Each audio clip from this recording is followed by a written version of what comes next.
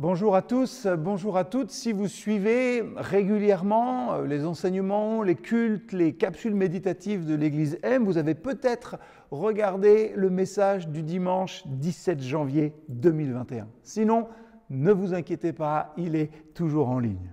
Alors, dans mes rêves pour le pôle famille, enfants, jeunesse de notre Église, j'ai insisté sur le fait qu'il est essentiel de bâtir une foi solide et concrète dès notre plus jeune âge. C'est important pour affronter les épreuves de la vie, mais pour savoir comment réagir dans les bons moments aussi. C'est important pour notre témoignage. Être conséquent dans notre foi, être responsable, c'est primordial pour vivre en paix avec nous-mêmes aussi. Le texte que je partage avec vous est tiré de la deuxième épître de Pierre, chapitre 3, verset 18. C'est la salutation, c'est les derniers mots que dit Pierre à la fin de sa deuxième lettre. Et voilà ce qu'il dit. « Mais continuez à progresser dans la grâce et dans la connaissance de notre Seigneur et Sauveur Jésus-Christ. À lui soit la gloire, maintenant et pour toujours. Amen. » Continuez à progresser dans la grâce et dans la connaissance de notre Seigneur et Sauveur Jésus-Christ.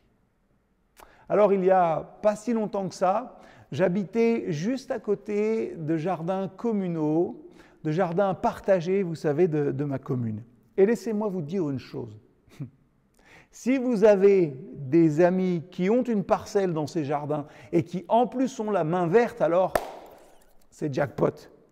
Il n'était pas rare pour moi, puisque j'étais sur le chemin, de les voir s'arrêter, sonner à la porte l'après-midi avec un sac plein de tomates, avec un sac plein de courgettes, plein de concombres, que sais-je encore. Généralement, ce n'était pas un petit sac et on était paré pour les légumes pour la semaine.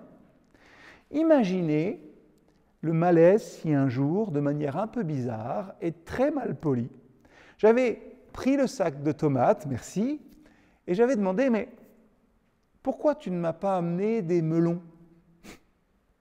De quoi j'aurais l'air ? Ils ne m'apportent pas de melons parce qu'ils n'ont pas planté de melons. Ils ne pouvaient pas récolter ce qu'ils n'avaient pas planté. Et vous savez quoi ? Nous non plus dans notre vie, nous ne pouvons pas récolter ce que nous n'avons pas planté. Alors laissez-moi vous rappeler cette chose importante. Nous avons tendance à cultiver les vertus que nous avons plantées. Cultiver la grâce nous rend plus miséricordieux. Répandre notre amour généreusement nous rend plus aimants. Pratiquer la patience nous rend plus patients. On ne peut pas lancer des pics à quelqu'un derrière son dos et ensuite se demander et se dire « j'espère que je vais avoir un cœur plus enclin à l'aimer ». Ce n'est pas possible.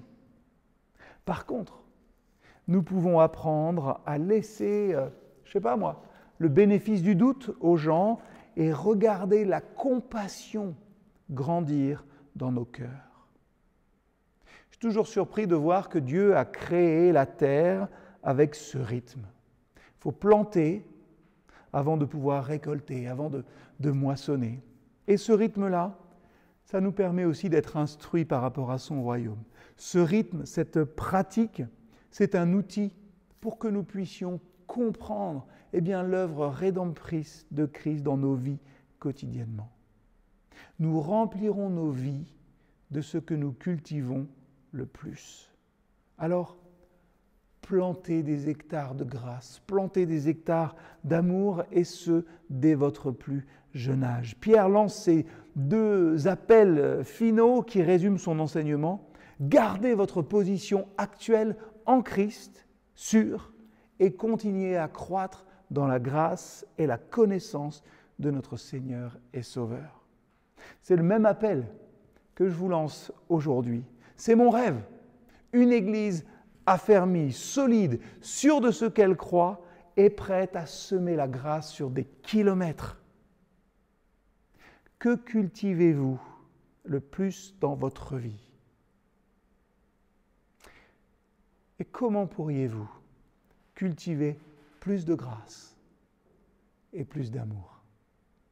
À très vite.